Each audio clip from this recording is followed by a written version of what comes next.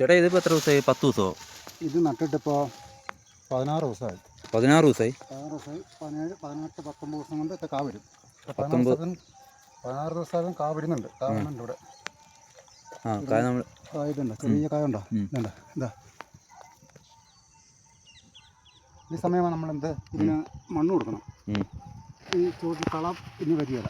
മണ്ണിട്ട് മൂടിക്കഴിഞ്ഞാൽ പിന്നെ കള വരികയില്ല. നമ്മൾ ഇതിനൊന്നും ഈ പുല്ല് വരത്തില്ലേ? അപ്പോൾ ഇതിനുള്ളിൽ വളത്തിൻ്റെ അംശം പുറത്തേക്ക് ഗ്യാസായിട്ടോ ഒന്നും പോവുകയില്ല. പുതിയ വേര് പൊട്ടും. ശരിക്കും നല്ലൊരു സാർ കിട്ടും. അതുപോലെ കായ്ക്കും അതിൻ്റെ ഗുണം വരും. ഇപ്പോൾ കായായി തുടങ്ങിയ സമയത്ത് ആയല്ലോ, കായായി. അതുകൊണ്ട് പിന്നെ മണ്ണ് കൊടുക്കണം. ഇനി ഒരു 10 എത്ര ദിവസം കൊണ്ട് വേണം? 10-35 ദിവസം വേണ്ട ഇനി ഇത് കായ ഇങ്ങനെ പറിക്കാനോ മൊത്തത്തിൽ ചെടി നട്ട് കഴിഞ്ഞിട്ട് 55 ദിവസമാണ് 55 ദിവസം കണക്ക്. ഈ 55 ദിവസം കൊണ്ട് ഇത് കാ പറിക്കാറുണ്ട്. ഇപ്പോൾ 17 ദിവസത്തിലായുള്ളൂ. 16 ദിവസത്തിലായുള്ളൂ.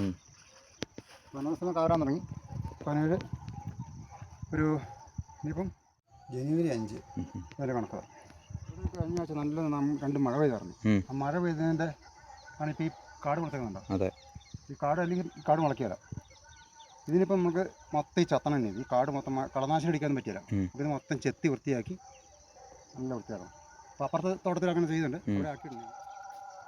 അത് പകുതിയായി. അപ്പോൾ അത് കഴിഞ്ഞ് ഇങ്ങോട്ട് വരും. ഇത് റെഡിയാക്കും. അപ്പോൾ ഇതിനകത്ത് എത്ര വിത്തിട്ടിട്ടുണ്ട്? ഇതിനകത്ത് 6000. 6000? 7000, 6500, 7000 തീ വരും. അപ്പുറത്തോ?